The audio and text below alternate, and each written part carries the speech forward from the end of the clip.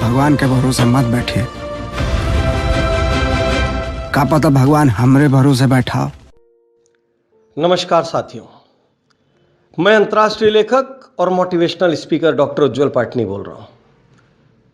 अभी अभी आपने जो क्लिप देखी मांझी की, उसमें बहुत बड़ी सच्चाई छुपी है।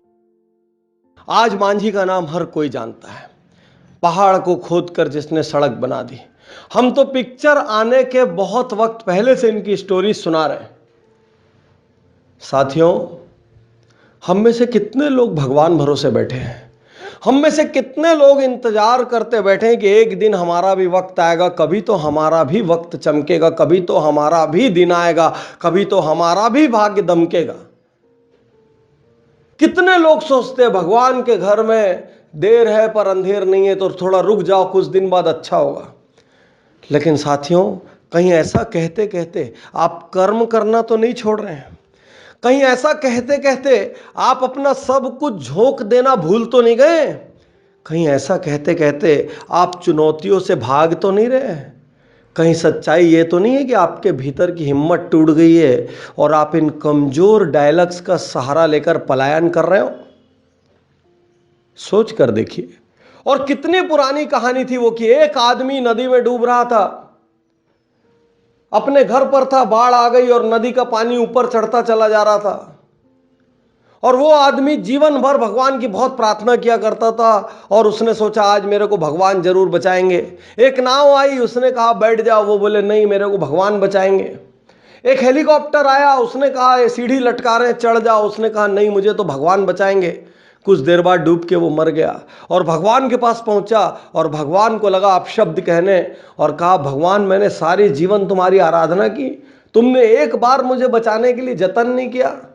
अरे भगवान ने कहा मूर्ख, मैंने तो तुझे बचाने के लिए वो नाव भेजी, मैंने तुझे बचाने के लिए हेलीकॉप्टर भेजा, अब तू खुद ही खुद को बचाने के लिए जतन नहीं करेगा तो मैं तेरी क्या मदद कर सकता हूं। इस पुरानी कहानी में बहुत सच्चाई है। भगवान हजारों लाखों अवसर दे रहा है हमको, हम उन अवसरों का संपूर्ण उपयोग नहीं कर रहे हैं।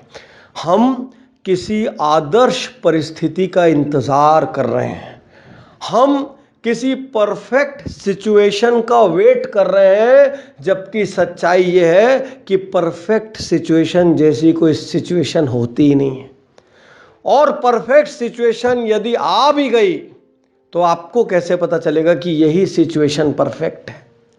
साथियों, कंघी का तभी तक महत्व है जब तक सर पे बाल हो। चश्मों का तभी तक महत्व है जब तक आंखें हों, उसके बाद कोई महत्व नहीं है उनका। ठीक उसी तरीके से जीवन में उपलब्धियों का तभी तक महत्व है जब तक आप उनको एंजॉय कर सकते हो और जब तक आपके भीतर हिम्मत बची हो। बिल्कुल सही कहा, कमाल के एक्टर है, बिल्कुल सही कहा इन्होंने। अरे भगवान के भरोसे मत बैठो, हो सकता है भगवान भी तुम्हारे भरोसे बैठा होगा। अरे भगवान ने हमारे रूप में अपने प्रतिनिधि भेजे इस दुनिया में, और भगवान ने हम में से किसी पे एमआरपी छाप के नहीं भेजा। यदि एमआरपी छाप के भेजा होता कि हमारा जीवन में इतना ही मूल्य है तो फिर हमको आलसी बन के बैठने की इजाजत थी। लेकिन भगवान ने बिना एमआरपी के हमको इस दुनिया में भेजा, सिर्फ इसलिए जिससे कि हम अपनी एमआरपी खुद लिख सकें।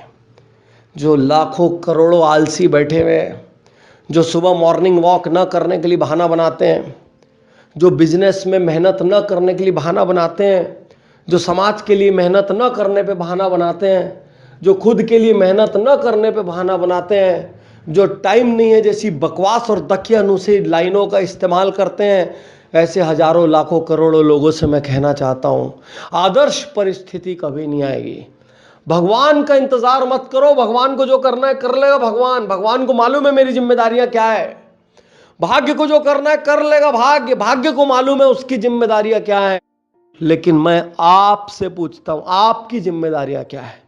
आपकी सिर्फ एक जिम्मेदारी, कर्म करना, पूरी ताकत से करना, पूरी एक्सीलेंस से करना, पूरी शिद्दत से करना, अचीवर्स की तरह करना, अच्छी पुस्तकों को पढ़ते हुए करना, अच्छे लोगों को सुनते हुए करना, बेस्ट मेथड से करना, हर दिन अपने आप को इवैल्यूएट करना और लगातार कर्म करते रहना।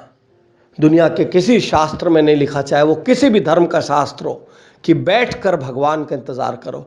हर धर्म शास्त्र और ग्रंथ में लिखा है कर्म करो, बाकी जो होना है होता रहेगा। भगवान के भरोसे मत बैठिए, का पता भगवान हमरे भरोसे बैठा हो। साथियों, मैं आज आपको फिर से जगाना चाहता हूं, भगवान के भरोसे मत बैठो, हो सकता है भगवान खुद तुम्हारे भरोसे बैठा हो। शुक्रिया, धन्यवाद, थैंक यू।